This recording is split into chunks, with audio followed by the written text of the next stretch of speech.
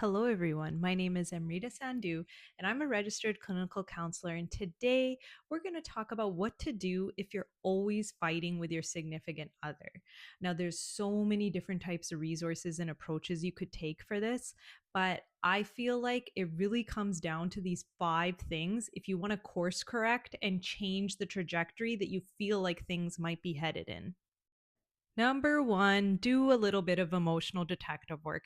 See if the person you have ended up with reminds you of any one of your caregivers, maybe your sibling, some key figure from your past, because sometimes we have these unconscious pullings to go and partner up with someone who reminds us of either what we wanted and yearned and wished that we had, or reminds us of the wounds and the love that we tried to receive but weren't able to get. So this is kind of step one, is just take note and inventory of all the things that maybe your partner might be doing and triggering within you that is actually connected to some past wound, insecurity, or unmet need. Often this will be a nice telltale sign to see what's going on the surface and what does it actually connect to on a deeper level. And that gives you a nice blueprint as to what your own personal healing might need to be so that you're not getting as triggered and activated by something that your partner's naturally doing or has a natural tendency to be like, and they might not be aware of just how deeply it's landing for you. Number two, do a little check in about your nonverbal communication. How much of life just passes us by and we don't even make eye contact with our loved ones? We get so much training about the importance of good eye contact and nonverbal communication and body language when it comes to workplaces, but this really falls by the wayside with the people that we're interacting with the most. And when we miss out on those key important aspects of human connection, it can really take a toll on the relationship. So try to make more of a conscious effort to make direct eye contact with your loved one and notice what their nonverbal communication is. When they're talking to you, are they turned away? Are they often looking anywhere but your face?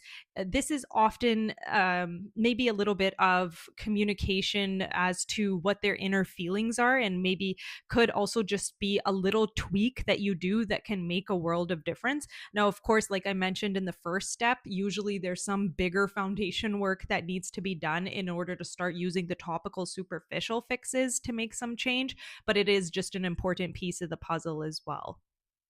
Now, this next concept kind of piggybacks off of what we were just chatting about. So basically, there's research experts in terms of relationships who have found that when examining couples, the number one predictor of divorce or separation was the individuals in a relationship who had this expression, the look of contempt. So the look of contempt is essentially either eye rolling, mocking type of facial expressions. You're almost giving off a vibe that you're repulsed or disgusted by your partner. And I mean, how much do we see this, right? We get burnt out from the same types of arguments over and over, the quirks or the irritations that our partner might have. And then this might starts to show on our face. Now, the key thing to note about the look of contempt, and this is where the Gottman fella usually makes accurate predictions as to which couples are going to make it and which ones are headed towards divorce if they don't take some sort of intervention, is the individuals who, when speaking about their partner, have a little bit of a tight lip.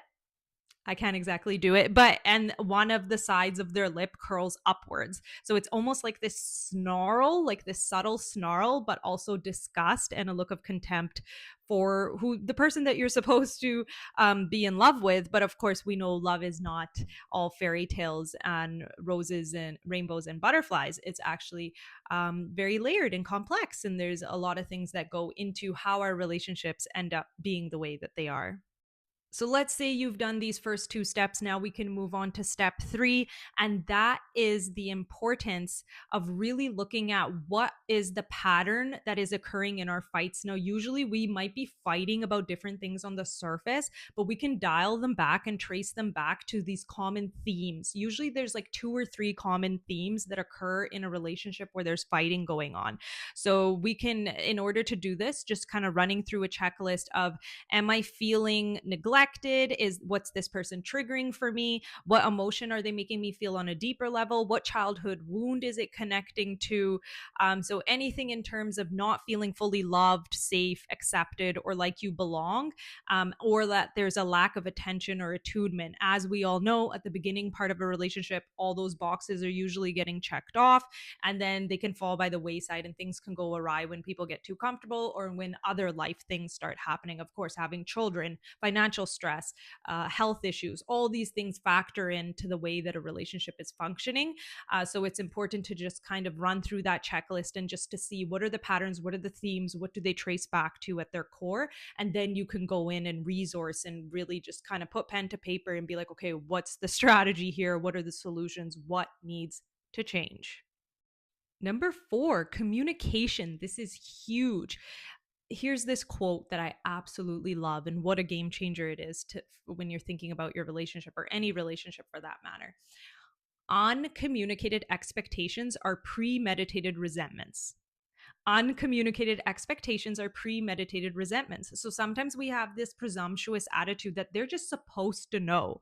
They should be able to know what I need. They should be able to be predictive and preemptive and proactive. But everybody's wired so differently, and we're all coming into this space with our own mixed bag of experiences, and that bag is what informs the way we connect and communicate and relate and love. Not to mention our love languages are all different. That informs the way we communicate. So there's a list that, again, the Gottman Institute has created. Those communication errors include being overly defensive, that contempt thing we were talking about, like having this like disdain or really strong dislike almost of our partner and speaking about them in that manner.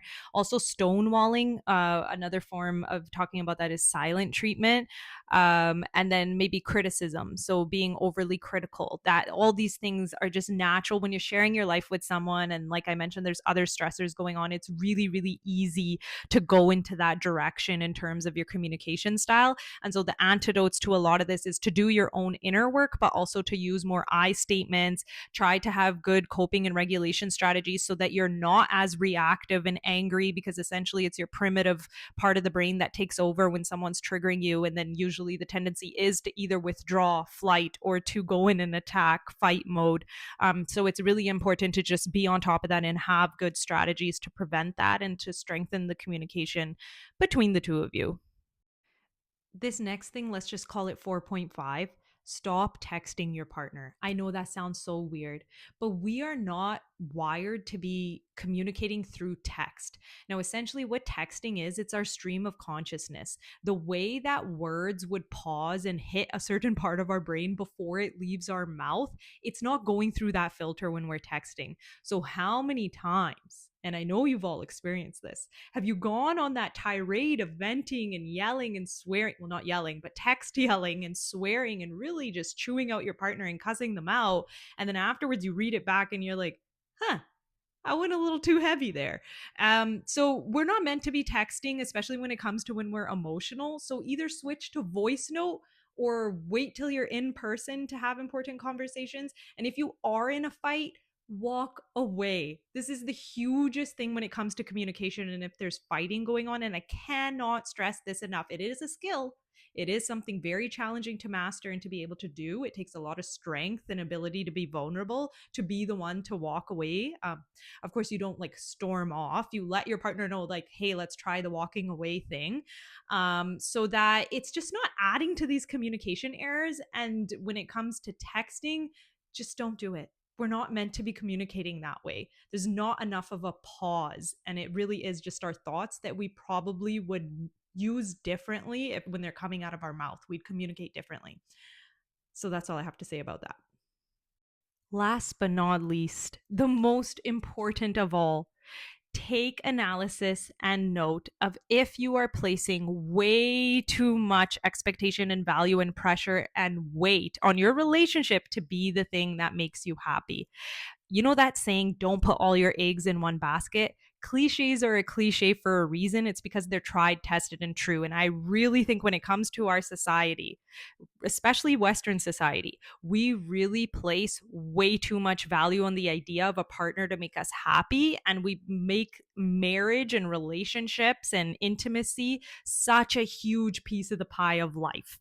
And I think there's so much more to life than just love and relationships. And of course, it's an important piece of the pie, but maybe we're just attributing a little bit too much of the pie to that aspect of our life. And why I'm mentioning this at all is because if you are unhappy in your relationship, make sure you're happy with yourself first. This is where counseling therapy journeys come in. This is where taking and paying attention to our physical health, our social life, our mental health is so, so important. We can't show up in a good space in a relationship if we're not in a good way ourselves. So it's so valuable to make sure you're satisfied in your career, make sure you're taking good care of your health, make sure you're having valuable connections with other people in your life too.